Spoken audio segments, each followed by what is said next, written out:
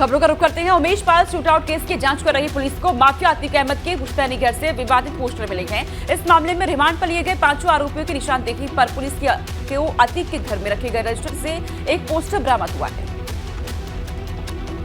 इस पोस्टर में अतीक अहमद की तस्वीर छपी हुई है, जिस पर लिखा है, रात कितनी भी काली हो सवेरा जरूर होता है।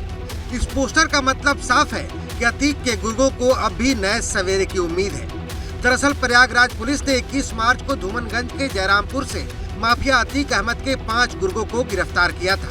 मंगलवार को पुलिस ने अतीक अहमद के चकिया स्थित पुश्तैनी आवास पर छापेमारी की थी, जिसके बाद पुलिस को ये पोस्टर मिला है। इस पोस्टर के मिलने के बाद हड़कंप मच गया है। जांच एजेंसियां इस पोस्टर को लेकर तहकीकात कर रही हैं। उमेश पाल शूटआउट केस में माफिया अतीक अहमद के परिवार पर शिकंजा कसे जाने के बाद कुछ समर्थकों ने ये पोस्टर छपवाए थे। इन पोस्टर्स को सोशल मीडिया पर जारी किए जाने की तैयारी थी। इसके साथ साथ इन पोस्टर्स को कई जगहों पर, सार्वजनिक जगहों पर लगाए जाने की भी तैयारी थी। पोस्टर को लेकर करेली के कई प्रिंटिंग प्रेस पर पुलिस ने छापेमारी की है। पुलिस ये पता लगाने की कोशिश कर रही है कि पोस्टर कहां छपा है। ये पोस्टर साल 2012 के यूपी विधानसभा चुनाव के दौरान होने का शक है, जब अतीक अहमद ने चुनाव जेल से ही लड़ा था। हालांकि उस चुनाव में अतीक अहमद को हार का सामना करना पड़ा था। कानून का फंदा अतीक एंड फैमिली पर कसता जा रहा है। अतीक की पत्नी शाइस्ता परवीन को तलाश रही पुलिस ने अब उसके ऊपर इनाम की राशि और भी बढ़ा दी। साथ ही अतीक की बहन की तलाश में तेज कर दी। उमेश पाल हत्याकांड में वांटेड शाइस्ता परवीन पर पुलिस ने इनाम की राशि बढ़ा दी है।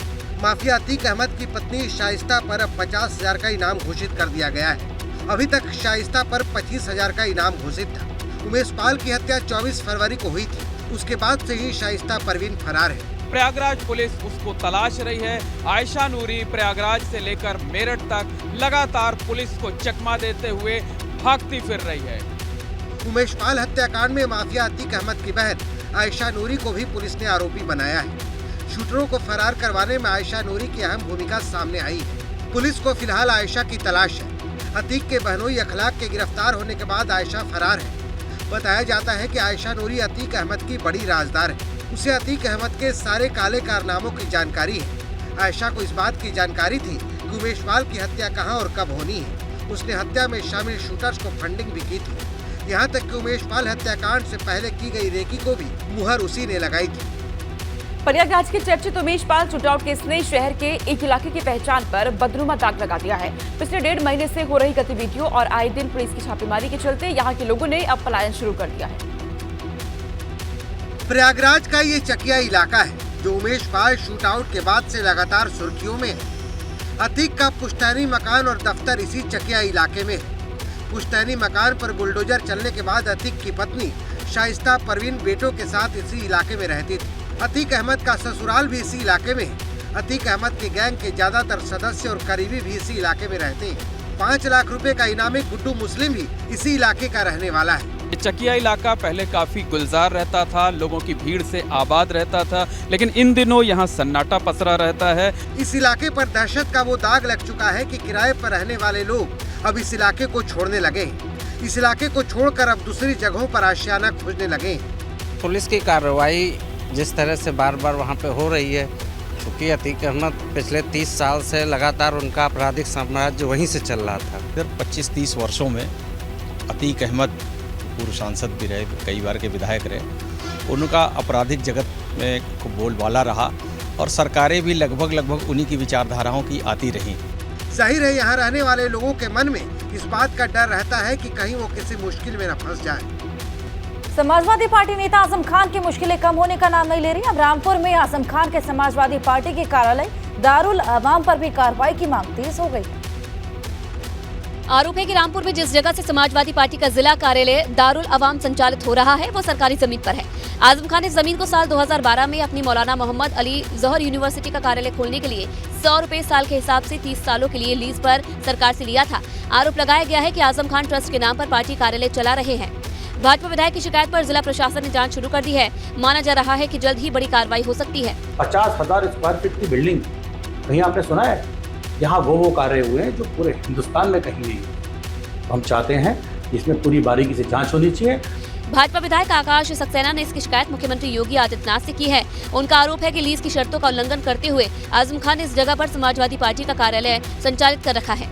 अगर लीज की शर्तों का उल्लंघन किया गया है तो इसको कमेटी निर्णय लेगी और तदुपरांत अग्रिम कार्रवाई की जाएगी। एबीपी गंगा ने जब इस मामले के बारे में समाजवादी पार्टी के नेता मशकूर अली मुन्ना से पूछा तो उन्होंने इस बारे में कुछ ज्यादा जानकारी नहीं दी। पूरे इसमें संचालन समाजवादी पार्टी कार्यालय के दारुल अवाम से जी हम बातें बनाए समाजवादी कार्यालय पहले से। एबीपी गंगा के पास लीज के वो दस्तावेज भी हैं जिनके आधार पर आजम खान रामपुर की सरकारी जमीन 30 सालों के लिए लीज पर दी गई थी। 2012 में आजम खान को ये जगह लीज पर मिली है और ये लगभग 2 लीज इसकी लिखी गई थी। एक 16,000 स्क्वायर फीट जगह है और दूसरी लगभग 25,000 स्क्वायर फीट जगह है।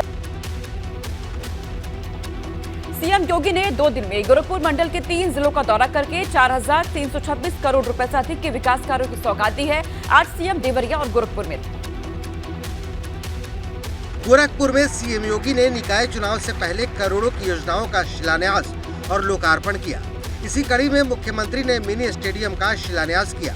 मिनी स्टेडियम 10 करोड़ से ज्यादा की लागत से तैयार किया जाएगा। मुख्यमंत्री ने लोगों को संबोधित करते हुए जिले और आसपास के खिलाड़ियों को प्रोत्साहित किया।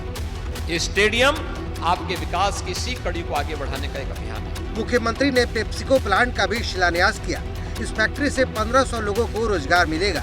इसमें 1000 करोड़ रुपए से अधिक का निवेश किया जाएगा। उद्योग को चलाने के लिए प्रोत्साहन मिलना चाहिए। हजारों लोगों की रोजी रोटी उससे जुड़ी होती है। इस मौके पर सीएम ने दावा किया कि विकास की यही रफ्तार रही तो यूपी को नंबर 1 राज्य बनने से कोई रोक नहीं पाएगा। उत्तर प्रदेश के युवाओं की ऊर्जा और उनकी प्रतिभा का लाभ अगर उत्तर प्रदेश के अंदर मिलना प्रारंभ हो गया, उत्तर प्रदेश को देश का नंबर 1 राज्य बनने में कोई देर नहीं लगने वाली है। शनिवार को सौगात देने के बाद अब सीएम योगी रविवार को 1045 करोड़ रुपए से ज्यादा के 258 विकास कार्यों का लोकार्पण और शिलान्यास करेंगे। लोकसभा चुनाव में 1 साल का वक्त बाकी है, लेकिन अभी से राजनीतिक मिसाल बिछाई जाने लगी है। सपा मिशन काशीराम के जरिए दलितों को साधने में जुटी है, तो बीजेपी भी दलितों को अपने पाले में मजबूती के साथ बनाए रखना चाहती है। सोमवार को अखिलेश यादव ने रायबरेली में कांशीराम की मूर्ति का अनावरण कर दलित वोटों को अपने पक्ष में लाने के लिए दांव चला ही था कि केंद्रीय गृह मंत्री अमित शाह ने कौशाम्बी की धरती से मात देने की नई चाल चल दी, जिसने सपा की टेंशन को बढ़ा दिया है। अमित शाह के आजमगढ़ और कौशाम्बी में दलित सम्मेलन पर स्वामी प्रसाद मौर्य ने तंज कसा और आरक्षण का हवाला दिया। ये सरकार आरक्षण को 0 तक पहुँचाने में लगातार प्रयास जारी कर रही है और उसका एकदम जो आरक्षण है वो लुप्त प्राय होता जा रहा है, खत्म होता जा रहा है वोट लेने के लिए।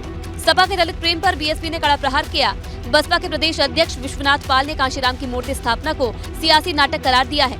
जो खुद चुनाव हार गया है वो दल को क्या बताएगा, और उसके बाद ये बोल रहे थे कि मैं जहां जाता हूं वही सरकार बनती है।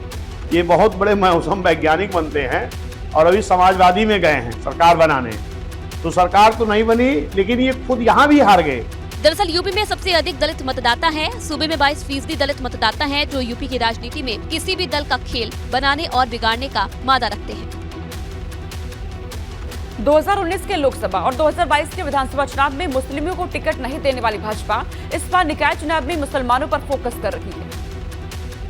भाजपा यूपी ही नहीं बल्कि पूरे भारत में मुस्लिम समाज में स्वीकार्यता चाहती है और इसलिए ओबीसी मुसलमान और पिछड़ों का मौका देकर सर्वर मुसलमानों को भी अपने साथ जोड़ने की कोशिश करेगी, जो उसकी एक लॉन्ग टर्म स्ट्रेटेजी है, जिसके तहत 30 अप्रैल को पीएम मोदी के मन की बात कार्यक्रम के 100वें एपिसोड को यूपी के मदरसों में सुनाया जाएगा। 100वें एपिसोड की बात 100 मदरसों में एक साथ होगी। साथ ही पीएम मोदी के मन की बात की 12 संस्करणों की उर्दू किताब के तौर पर अनुवाद बांटने की तैयारी चल रही है। इन सभी तरीकों को बीजेपी की मुस्लिम तबके से जुड़ने की बड़ी कवायद के तौर पर देखा जा रहा है। प्रधानमंत्री जी का ऐसा विशेष कार्यक्रम है जिसको हर भारतीय को सुनना चाहिए। भाजपा की योजना है कि मुस्लिम बाहुल्य इलाके के लगभग 800 वार्ड नगर पालिका और नगर पंचायत सदस्यों की सीटों में मुस्लिम प्रत्याशी उतारे जाएं।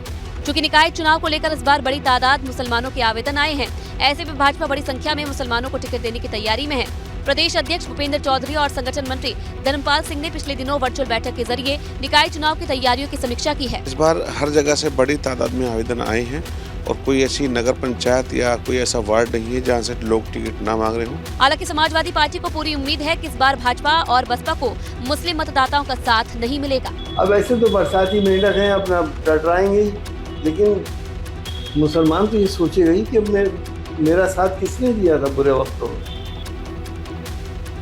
नगर निकाय चुनाव की तैयारी में जुटी भारतीय जनता पार्टी प्रदेश के सभी नगर निगम क्षेत्रों में प्रभावी मतदाता सम्मेलन आयोजित करने का फैसला किया, जिसकी शुरुआत आगरा से हो गई है। प्रभावी मतदाता सम्मेलनों के माध्यम से भाजपा जनसंवाद करेगी। नगर निगम क्षेत्रों में आयोजित होने वाले सम्मेलनों के माध्यम से प्रधानमंत्री नरेंद्र मोदी और मुख्यमंत्री योगी आदित्यनाथ के नेतृत्व की सरकारों की जन कल्याणकारी योजनाओं और नगर निकायों में की गए विकास कार्यों का लेखा जोखा लेकर भाजपा ने मतदाताओं के बीच पहुंचने का एजेंडा बनाया है। पार्टी ने सभी वर्गों को, सभी धर्मों को और सभी मैं कह सकता हूँ कुछ आम हमारे जितने भी हमारी समाज हैं, हम सबको साथ लेकर के चलते हैं। कानपुर में भी भाजपा ने प्रभावी मतदाता सम्मेलन किया है। प्रदेश में 50 से अधिक प्रभावी मतदाता सम्मेलनों के जरिए पार्टी जनता के साथ सतत संपर्क और सतत संवाद की परंपरा के साथ सरकार के जनता के लिए किए गए कामों को लेकर जनता के बीच पहुंच रही है।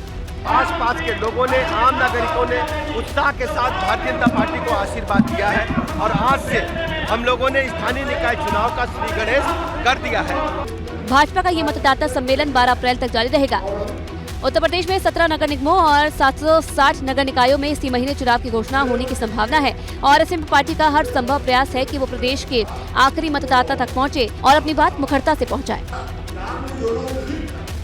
उत्तर प्रदेश में अब तक कई जगहों के नाम बदले जा चुके हैं। रेलवे स्टेशनों और शहरों के भीतर के कई जगहों के नाम बदले जा चुके हैं। अब यूपी के मुजफ्फरनगर का नाम बदलने जाने की मांग उठ रही है।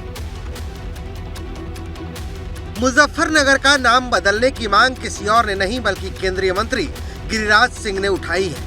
उन्होंने कहा है कि आजादी के 75 साल पूरे हो चुके हैं, लिहाजा मुगलों की निशानी को अब मिट जानी चाहिए। ये जो नगर हो, लेकिन अब 75 साल में मुगलों के निशानी को मिटानी चाहिए। गिरिराज सिंह के इस बयान के बाद सपा, बसपा और कांग्रेस एक सुर में बीजेपी पर हमलावर है। रालोद का कहना है कि मुद्दों से ध्यान भटकाने के लिए बीजेपी ने ये नया शिगुफा छोड़ा है। वहीं सपा ने कहा है कि लोगों को बांटने की राजनीति अब नहीं चलेगी। किसान बेल्ट में न बकाया गन्ना भुगतान हुआ और न गन्ने का रेट बढ़ाया गया। भाजपा को इस पर बात करनी चाहिए। जैसे 2013 में इन्होंने सामाजिक ताने बाने को खराब किया, भाई को भाई से लड़ाने का काम करके इनको आसानी से सत्ता हाथ लगी ना। लोग परेशान हैं, किसान किस तरीके से परेशान है, तमाम तरीके की आपदाएं प्रदेश में आ रही हैं, उससे सरकार का ध्यान नहीं। दरअसल मुजफ्फरनगर की एक सीट को छोड़कर सभी 5 सीटें गठबंधन के पास हैं। कल तक जो समर सिंह अपनी सिंगिंग से लोगों की तालियां बटोरता था, आज उसी समर सिंह के खिलाफ लोगों में खासा आक्रोश देखने को मिल रहा है। सफेद गमछे से मुंह ढका हुआ है, पुलिस की मौजूदगी है और पीछे लोगों की भारी भीड़ है। जो शख्स गमछे से चेहरा छिपा रहा है वो शख्स है आकांक्षा मौत मामले का आरोपी समर सिंह, जिसे वाराणसी कोर्ट में पेशी के बाद लोगों के विरोध का सामना करना पड़ा। बताया जा रहा है कुछ वकीलों ने समर सिंह पर हमले की कोशिश भी की। इस दौरान काफी धक्का मुक्की भी देखने को मिली। आकांक्षा दुबे मौत मामले में मुख्य आरोपी समर सिंह की वाराणसी कोर्ट में पेशी हुई। पेशी के बाद समर सिंह को 14 दिन की न्यायिक हिरासत में भेज दिया गया। दरअसल भोजपुरी एक्ट्रेस आकांक्षा दुबे की मौत के केस में गायक समर सिंह को गुरुवार की रात गिरफ्तार किया गया था। वाराणसी क्राइम ब्रांच और गाजियाबाद पुलिस की टीम ने चाम्स कैसल सोसाइटी में छापेमारी की, जिसके बाद समर सिंह शिकंजे में आया। दरअसल 26 मार्च को वाराणसी के सारनाथ के एक होटल में कमरा नंबर 105 से आकांक्षा दुबे का शव मिला था। परिजन इसे हत्या बता रहे हैं तो पुलिस सुसाइड का एंगल से जांच कर रही है। अब तक ये मिस्ट्री बनी हुई है कि वाकई आकांक्षा ने आत्महत्या की थी या उसकी हत्या हुई थी। उम्मीद है कि समर सिंह की गिरफ्तारी के बाद मौत की गुत्थी सुलझ जाएगी।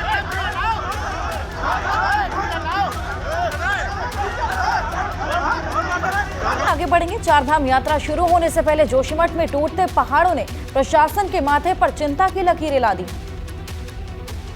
हैरान कर देने वाली तस्वीरें चारधाम यात्रा मार्ग की है, जहां बद्रीनाथ राष्ट्रीय राजमार्ग पर हनुमान चट्टी के पास 3 दिन से बंद है और हाईवे पर पहाड़ी टूटने का सिलसिला जारी है।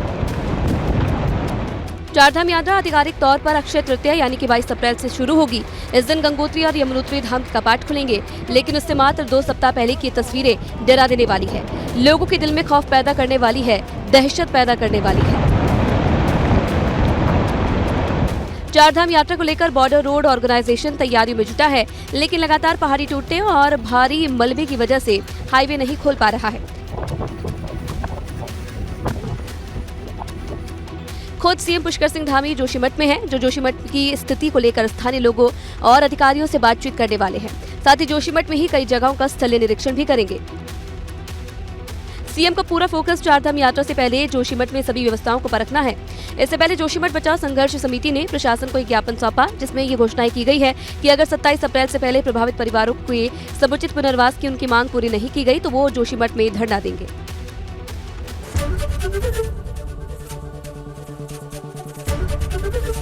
एबीपी गंगा, खबर आपकी, जुबान आपकी।